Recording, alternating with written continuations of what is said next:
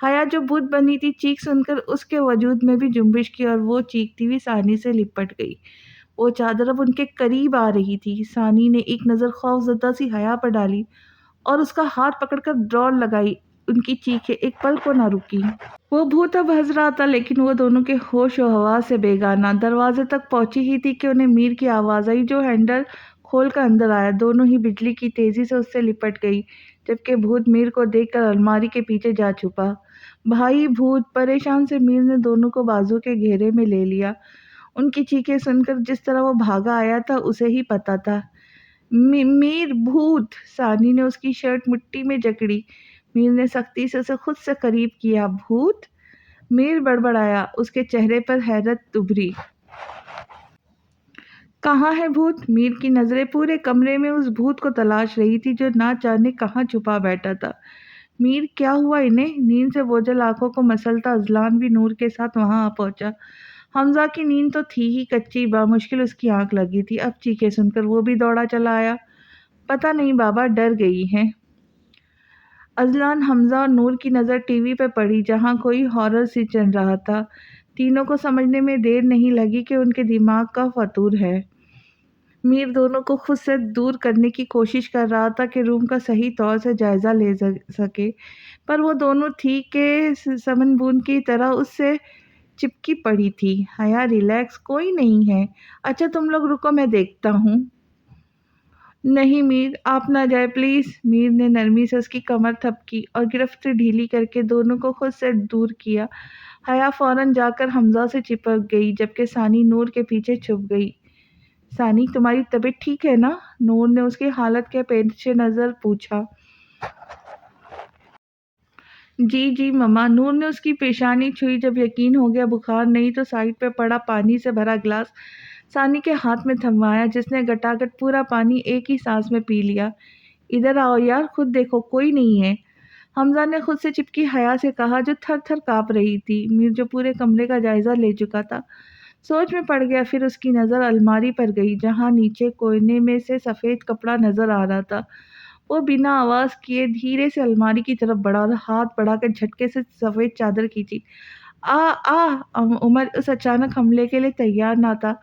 چادر ہٹتے ہی ایک دم سے میر کو اپنے سامنے کھڑے دیکھ اس کا دل بند ہو گیا۔ بھائی آپ جان نکال دی۔ وہ دل پر ہاتھ رکھتا ہوا بیڈ پر ڈھہ گیا۔ سب نے حیرت سے منظر دیکھا۔ حیا کے اندر غصے سے جیسے لاوا سا پھٹنے لگا جبکہ نور جلدی سے اس کی طرف لپکی۔ عمر نے آنکھیں موندی نور کی گود میں سر رکھ دیا۔ میر اور حیا دونوں ہی اس کی چالاکی سمجھ چکے تھے۔ تم کیسے ایکسپٹ کر رہے تھے؟ وہ دونوں بازو کو فولڈ کیے کڑے تیور نیلیے اسے پوچھ رہا تھا۔ عمر موقع کا بھرپور فائدہ اٹھا رہا تھا۔ اذلان مشکوک نظروں سے اسے دیکھ رہا تھا۔ نور تو اس کی حالت دیکھ کر پریشان ہو گئی۔ میں ان کا گلا دبا دوں گی۔ میر نے عمر کی طرف بڑھتی حیا کو فوراً سے تھاما جو اب ہاتھ پیر چلا کر شیرنی بنی ہوئی تھی۔ حیا دیکھ نہیں رہی عمر کی حالت؟ نور نے اسے ڈپٹا۔ ماما، اوور ایکٹنگ کی دکان ہے، یہ سی ڈی انہوں نے ہی دی تھی اور کہا تھا بہت اچھی مووی ہے، ضرور دیکھنا۔ بھائی چھوڑے۔ آخر اس نے میر سے التجا کی۔ میر نے جھک کر اس کے کان میں کچھ کہا اور ہاتھوں میں کچھ تھما کے چھوڑ دیا۔ حمزہ اور ثانی عمر کی طرف بڑھتی حیا کو دیکھ رہے تھے۔ حیا پلنگ پر چڑھ کر دھڑام سے نیچے بیٹھ گئی۔ حیا اس سے پہلے نور کچھ سمجھتی عمر کو اپنی گردن پر نکیلی چیز محسوس ہوئی۔ وہ سرت سے اٹھ کر بھاگا لیکن راستے میں میر نے اس کو کالر پکڑ لیا۔ حمزہ نے ایک انگڑائی لی اور الماری سے ٹیک لگا کر سین انجوائے کرنے لگا۔ نوٹنکی، بھاگ کہاں رہے ہو؟ ماما بابا نہ ہوتے تو تمہیں بتاتا۔ آخری بات میر نے نہایت دھیرے سے کہی کہ صرف عمر سن سکے۔ عمر نے اپنی معصومانہ شکل بنا کے نور کو دیکھا کہ آخر نور کو اس پر رحم آ ہی گیا۔ میر چھوڑو اسے۔ نور کے کہنے پر اس نے عمر کو چھوڑ تو دیا لیکن کلاس لینے کا ارادہ ترک نہیں کیا۔ تمہیں شرم نہیں آتی ایسا گھٹیا مذاق کرتے؟ جانتے ہو نا آیا ڈر جاتی اور تمہارے مذاق سے خدا نہ خواستہ کچھ ہو جاتا تو؟ اور ثانی، اس کا خیال بھی نہیں آیا، جانتے ہو نا کوئی شوق اس کے لیے کتنا خطرناک ہو سکتا ہے۔ پھر بھی بھائی قسم لے لے، مجھے بھابھی کا پتہ نہیں تھا، میں تو حیا کو تنگ کرنے آتا، مجھے کیا پتہ تھا بھابھی بھی ہوں گی، اور لائٹس بھی تو آف تھی، پتہ ہی نہیں لگا۔ وہ مجرمانہ انداز میں سر جھکا اعتراف کر رہا تھا۔ لیکن یہ گھٹیا مذاق کیا کیوں؟ حیا کو کچھ ہو جاتا تو؟ میر اب گرجا تو ثانی حیا تک کہ عمر بھی سہم گیا۔ بھائی میں بس آج کا دن اسپیشل بنانا چاہتا تھا، آج یہاں کی حیا کی آخری برتھ ڈے جو ہے۔ میر اس کی بات پر بری طرح چونکا۔ وہ 12 بجتے ہی حیا کو وش کر دیتا تھا، لیکن آج تو اس کے ذہن سے نکل ہی گیا۔ فینٹاسٹک عمر، اس طرح یادگار بناتے ہیں؟ اب تو مجھے بھی تم پر غصہ آ رہا ہے، یہ کوئی طریقہ ہے؟ چھوٹی بہن ہے تمہاری، یہ مذاق اگر ہم پر بھاری پڑ جاتا تو؟ اذلان اب بس بھی کرے، ہوگی غلطی، وہ شرمندہ بھی اپنے کیے پہ۔ میں نے منانے کا طریقہ بھی سوچا تھا، وہ جھکے سر کے ساتھ بولا۔ سب اس کی طرف متوجہ ہو گئے۔ کس طرح؟ حمزہ نے پوچھا تو عمر نے سب کو آنے کو کہا۔ سب اس کے ساتھ ڈرائنگ روم میں داخل ہوئے۔ عمر نے ہاتھ پکڑ کے حیا کو آگے کیا۔ ہیپی برتھ ڈے بھابھی۔ لائٹ آف ہونے کی وجہ سے علی نے آنے والوں کو نہیں دیکھا، پورا پارٹی پیک آنے والوں پر چھڑک دیا۔ عمر نے اس وقت لائٹ آن کی ڈیکوریشن دیکھ کے سب کے منہ کھل گئے، اور حیا خود پہ گرتے کلرفل پیپرز کو دیکھ کر کھلکھلا اٹھی۔ واو! بے ساختہ اس کے منہ سے نکلا۔ پورا ڈرائنگ روم ڈیکوریٹ تھا، وال پر happy birthday bride to be لکھا تھا۔ میڈم ڈرپوک صاحبہ، یہ آئیڈیا میرا تھا اور بھوت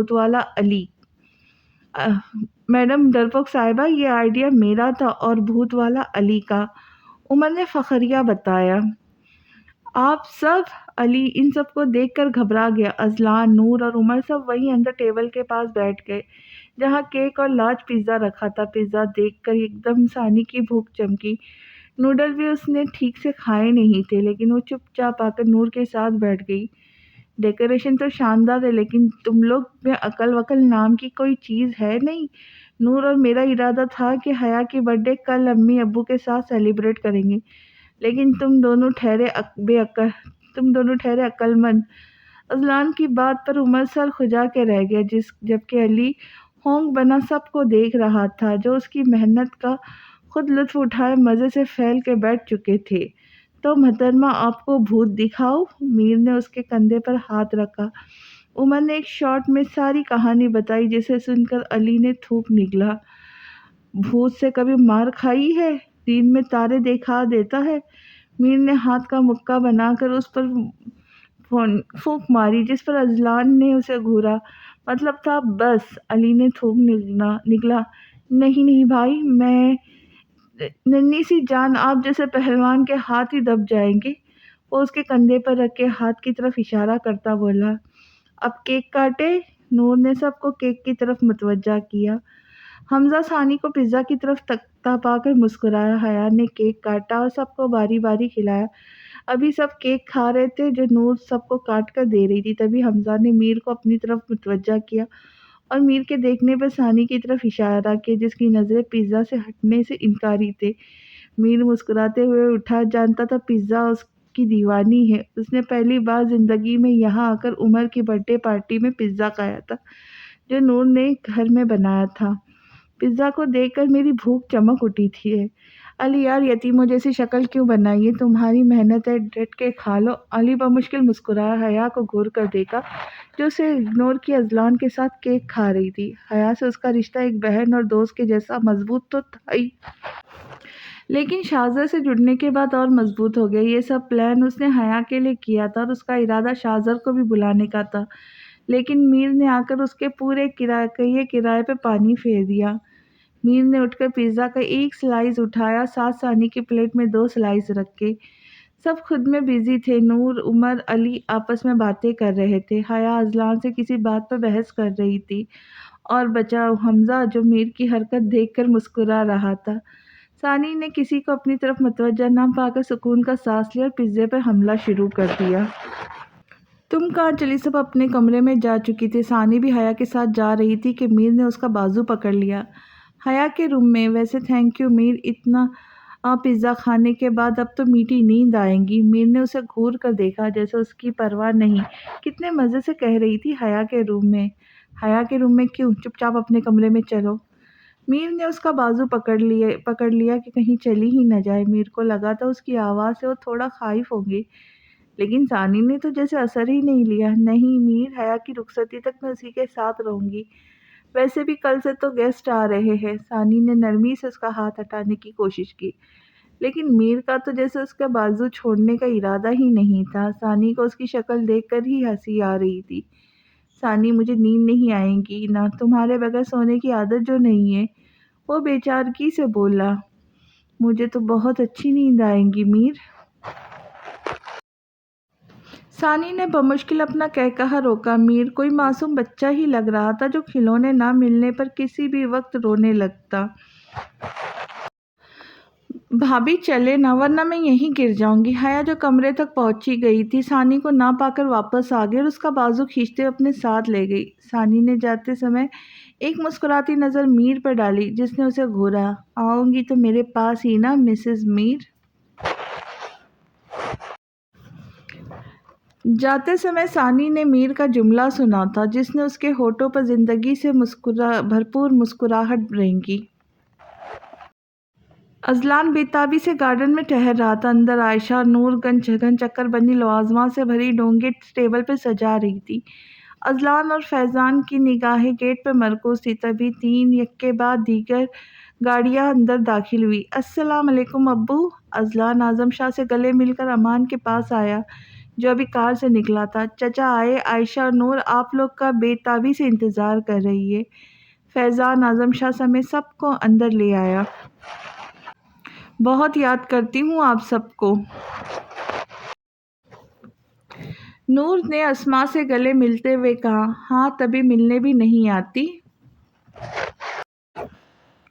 اسماء نے گلہ کیا تو بس مسکرا کے رہ گئی۔ اذلان آج بچے نظر نہیں آ رہے، سب کہاں ہیں؟ فیضان نے ینگ جنریشن کو حال میں نہ پا کر پوچھا۔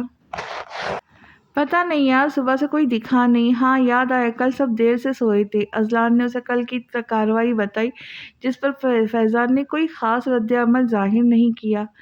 ہبا ماشاء اللہ پرنیا فارس بڑے ہو گئے، نور نے فارس اور پرنیا کو دیکھتے کہا جو فرما برداری سے اسماء کے ساتھ بیٹھے تھے۔ ہاں بچے کب بڑے ہو جاتے ہیں پتہ ہی نہیں لگتا۔ بھیا کو ہی دیکھو، کل کی بات تھی ہمارے ہاتھوں میں کھیلتی، اب دیکھتے ہی دیکھتے شادی کی عمر آن پہنچی۔ صحیح کہہ رہی ہو ہبا، نور نے حامی بھری۔ برخوردار، بڑی تعریفیں سنی تمہاری۔ فیضان بھی کہتا شاہ کنسٹرکشن کی ترقی میں تمہارا ہاتھ ہے، لیکن وقت کے پابند نہیں ہو۔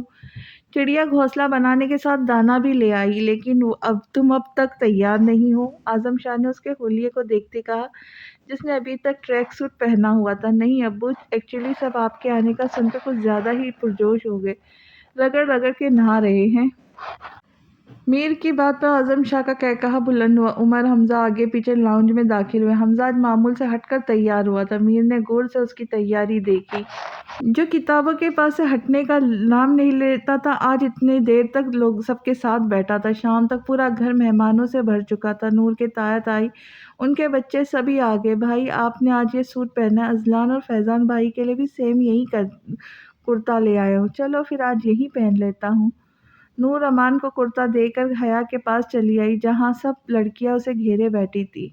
حیا آپی، آپ کے ہاتھوں میں مہندی بہت خوبصورت لگ رہی ہے۔ حیا اتنے لوگوں میں ڈری سہمی بیٹھی تھی، لڑکیاں اس کے ہاتھوں میں مہندی لگا رہی تھی، لیکن اس نے ایک پل کو بھی اپنی نظریں نہیں اٹھائی، نہ ہی مہندی سے سجے ہاتھوں پر غور کیا۔ اب پرنیا کی تعریف پر اس کا بھی دل چاہ رہا تھا مہندی دیکھے، لیکن ان آنکھوں نے تو اوپر نہ اٹھنے کی قسم کھا رکھی تھی۔ پہلے تو وہ ثانی کو اپنے ساتھ بٹھائے ہوئے تھی، لیکن اب وہ مہمانوں کی خاطرداری میں ایسی لگی تھی کہ لوٹنا ہی بھول گئی۔ بھابھی چائے بن گئی؟ حمزہ جو کچن کے باہر کب سے انتظار کر رہا تھا پوچھ بیٹھا۔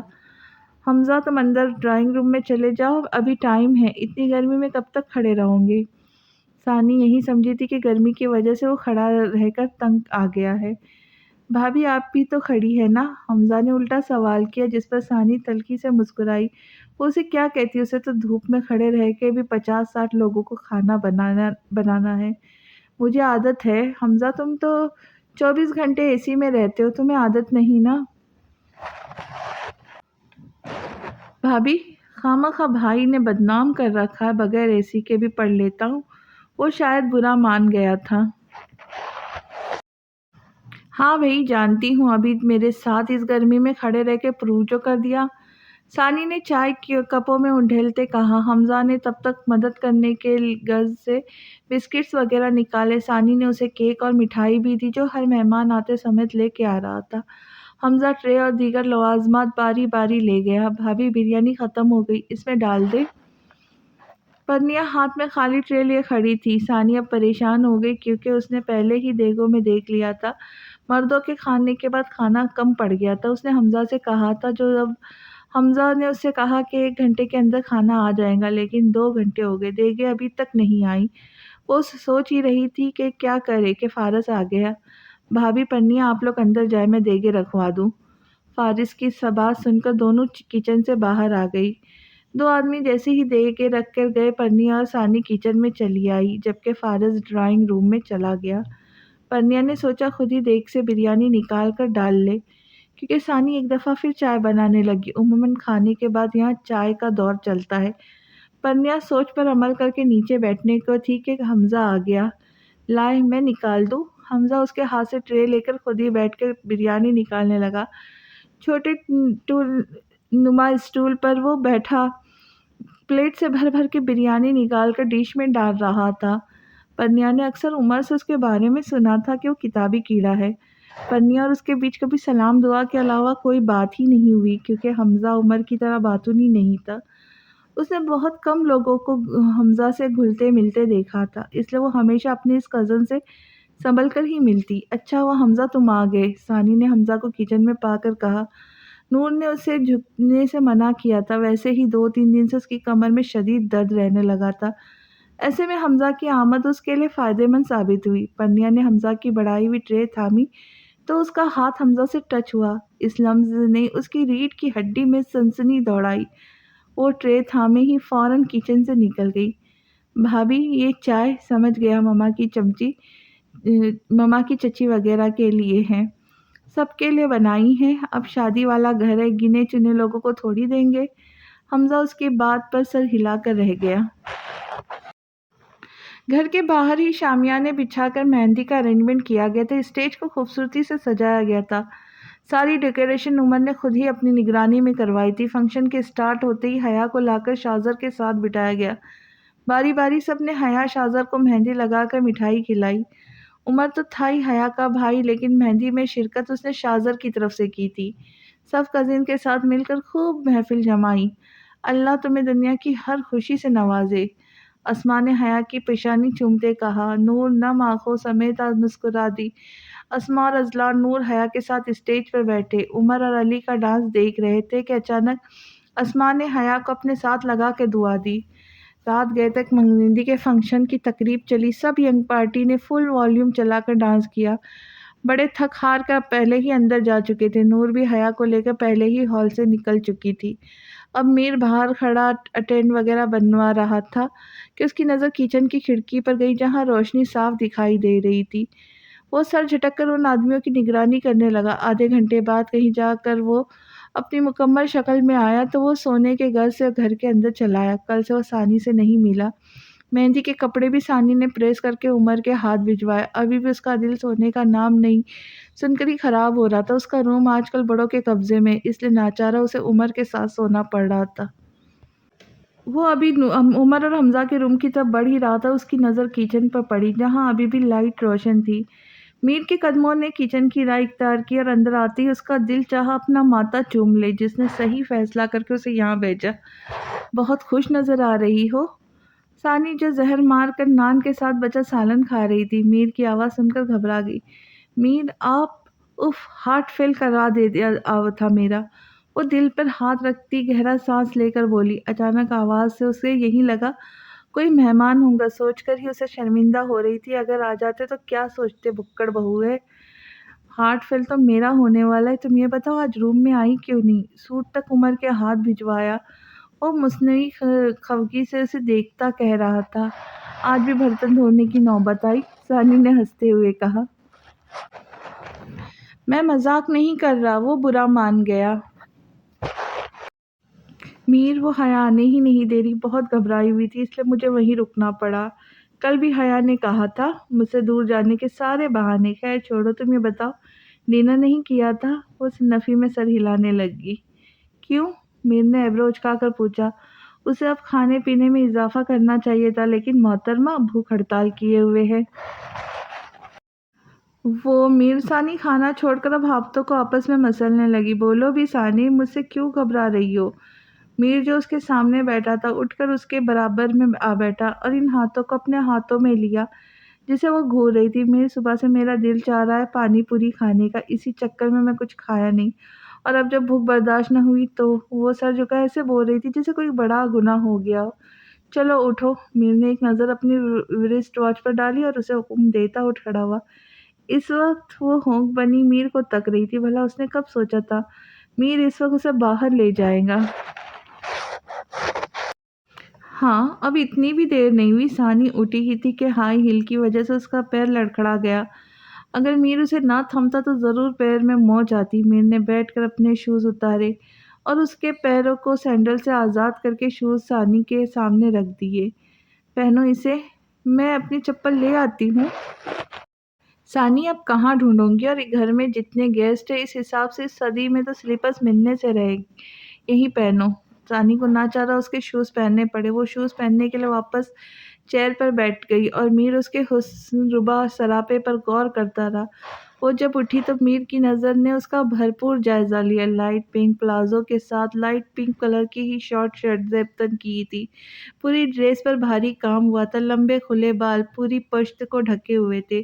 سب سے الگ تھی ماتھا پٹی جو اسے اور خوبصورت بنا رہی تھی۔ چلے میر، وہ ثانی کی آواز سے شہر سے باہر آیا، پھر گھٹنوں کے بل بیٹھ کر محبت سے اس کا ہاتھ تھامتے گویا ہوا۔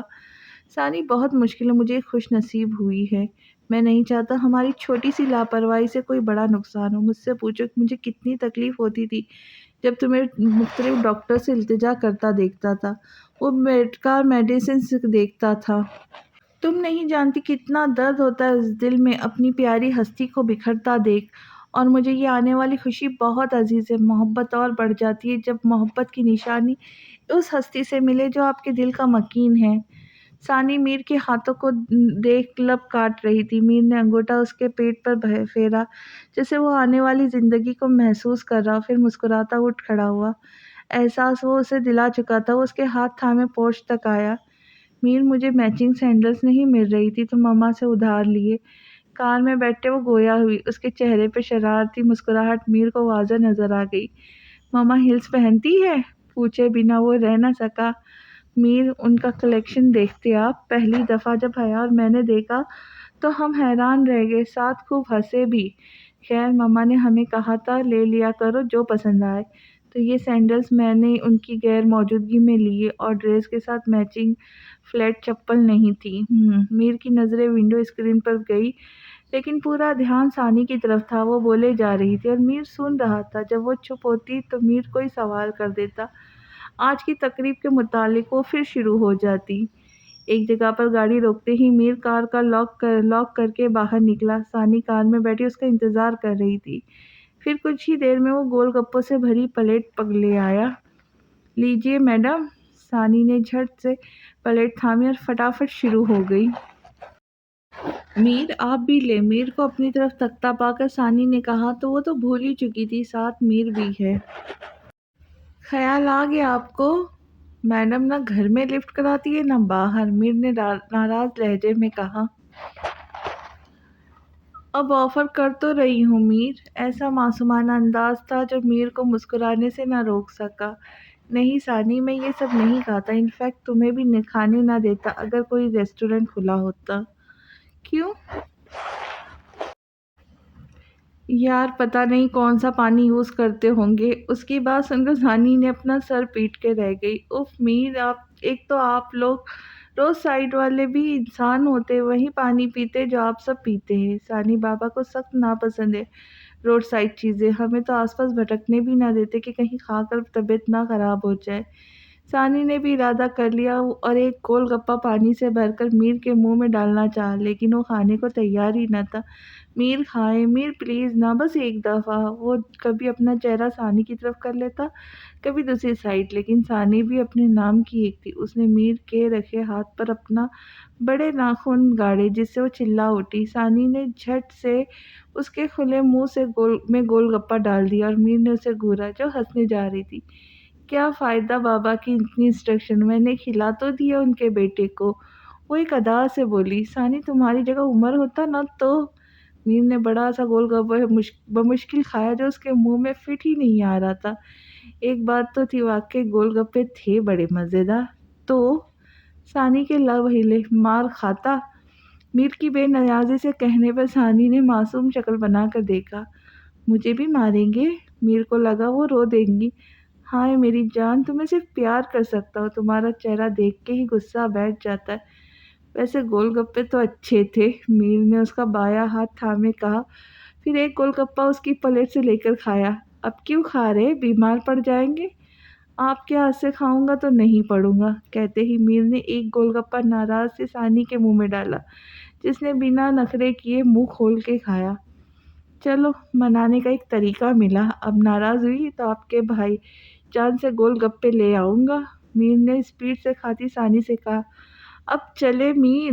پلیٹ خالی کر کے اس نے میر کو اپنا اگلا حکم سنایا۔ میر اس کی بات سن کر بدمزہ ہوا۔ نہیں، میں سوچ رہا ہوں سی ویو چلتے، گھر جا کر سونا ہی ہے، اور میرا موڈ نہیں گدھوں کے ساتھ سونے کا، میر نے بگڑی شکل بنا کر کہا۔ میر، مجھے صبح جلدی اٹھنا ہے، مہمان کیا کہیں گے، ایک ہی بہو ہے، وہ بھی کام چور، اور پھر حیا کو پارلر بھی لے جانا، مگر میرے بغیر وہ جائیں گی بھی نہیں۔ میر نے گہرا سانس لیا اور اس کی بات مانتے ہوئے گاڑی ریورس کر کے گھر کی طرف موڑی۔ میر ثانی کا ہاتھ پکڑے لاؤنج میں داخل ہوا، تبھی اس کا فون بجا۔ میر نے جیب سے فون نکالا، مس کال کے ساتھ ایک میسج بھیجنے والے نے بھیجا تھا۔ میسج پڑھ کر میر نے ثانی سے کہا، ثانی تم جا کر سو جاؤ، مجھے ایک کام ہے۔ میر، اس وقت کہاں جا رہے ہو؟ توقع کے مطابق وہ پریشان ہو گئی، جو میر اسے نہیں کرنا چاہتا تھا۔ گھر میں ہی ہوں، پریشان نہیں ہوں، بس وہ مینیجر سے ڈیکوریشن کے متعلق کچھ بات کرنی ہے۔ میر نے اس کا گال ہلکا سا تھپکا اور پریشانی چومی۔ اوکے، آپ بھی جلدی سو جانا۔ اور سنو، مجھے مس کرنا اور میری بیٹی کا خیال رکھنا۔ میر کی بات سن کر پل بھر میں وہ سرخ پڑ گئی۔ میر اس کے سرخ چہرے کو دیکھ کر ہنستا چلا گیا، جبکہ وہ اسے گھور کر اوپر چلی گئی۔ وہ آخری سیڑھی پر پہنچ کر رکی، پیچھے مڑ کر اس نے میر کو دیکھا تو مسکراتا وہ اسے ہی دیکھ رہا تھا۔ ثانی بھی اس کی طرف مسکراہٹ اچالتے اندر چلی گئی۔ کہو عنایا، تمہیں اس طرح اس وقت مجھے نہیں بلانا چاہیے تھا، گھر میں مہمان ہیں۔ عنایا، جو گارڈن میں ٹہلتے بے صبری سے اس کا انتظار کر رہی تھی، میر کی آواز سن کر ایک سکون بھرا سانس خارج کیا۔ تم نے پاپا سے کیا کہا؟ وہ اب اس کے سامنے کھڑی نظریں ملائے اس سے پوچھ رہی تھی۔ میں سمجھا نہیں، کیا کہنا چاہتی ہو؟ وہ جانتے بوجھتے انجان بن گیا۔ انجان مت بنو، ممی نے کل مجھ سے ہارون کے پرپوزل کی بات کہی، اور جو تم لے کر آئے تھے۔ غصہ اس کے لہجے سے چھلک رہا تھا، اسے امید نہیں تھی میر کوئی ایسی حرکت کرے گا۔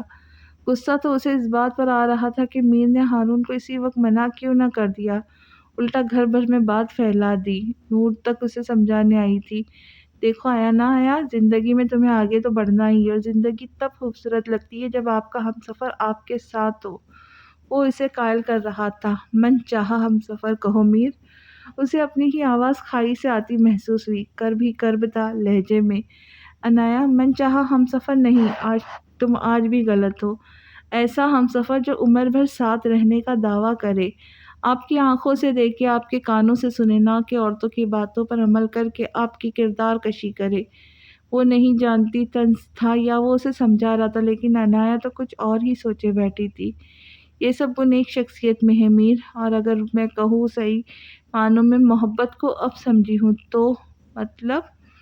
وہ الجھا تھا۔ میر، میں اپنی غلطی پر آج تک پچھتا رہی ہوں، بہت غلط کیا میں نے تمہارے ساتھ، تمہاری محبت کو ٹھکرا کر خود بھی اذیت میں رہی، اور میں جانتی ہوں آج بھی تم مجھ سے محبت کرتے ہو، اتنا ہی چاہتے ہو۔ تم مجھے دوسری شادی کا کہہ رہے ہو، مجھ سے تم ہی تو شادی کر سکتے، دوسری شادی۔ دھماکہ تھا جو اس نے میر کے سر پہ کیا۔ اچھا، اور ثانی اس کا کیا؟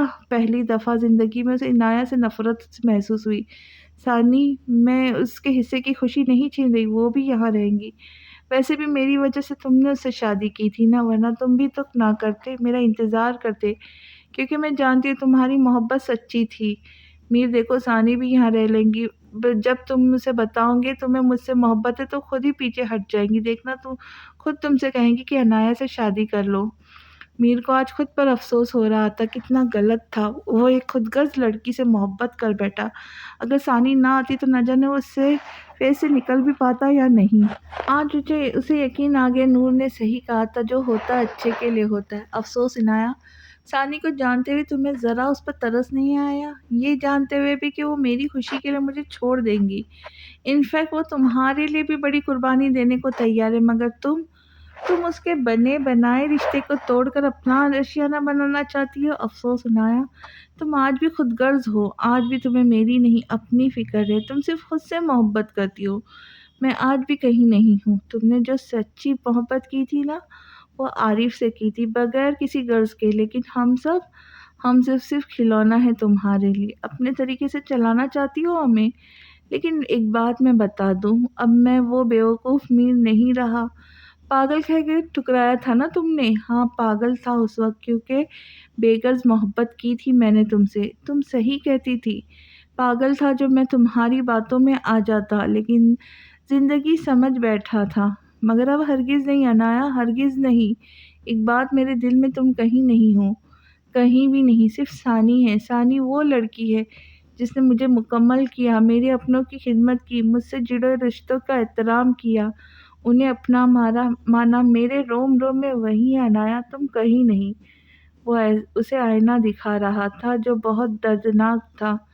ہارون ایک بہت اچھا لڑکا ہے عنایہ، ایک ماہ میں تایا ابو نے اسے کافی پرکھا ہے، وہ خود راضی ہے اس رشتے کے لیے، اس دفعہ ان کا مان رکھ لو۔ ہارون کے متعلق تمہیں کچھ باتیں بتا دوں، جس دن میں تمہارے گھر آیا تھا ہارون سے، اس دن جاب کا سن کر میں نے اسے جاب آفر کی تھی، اس کے لاکھ منع کرنے کے باوجود زبردستی میں نے اپائنٹمنٹ لیٹر بھجوایا، اس کے ساتھ کام کر کے مجھے اس کے بارے میں پتہ چلا، کم گو کام سے کام رکھنے والا انسان ہے، لیکن احترام کے معاملے میں وہاں وہ خود سے کمتر ورکرز کو بھی ریسپیکٹ کرتا ہے۔